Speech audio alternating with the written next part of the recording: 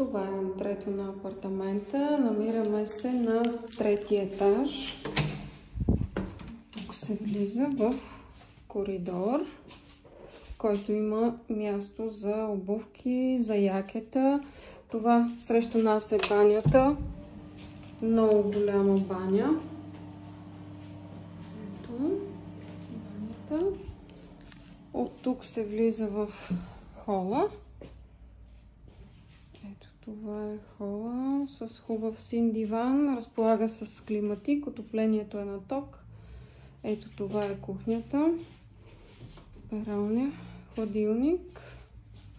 И от тук се излиза на тераса, която гледа към вътрешен двор. Има място за столче, за масичка.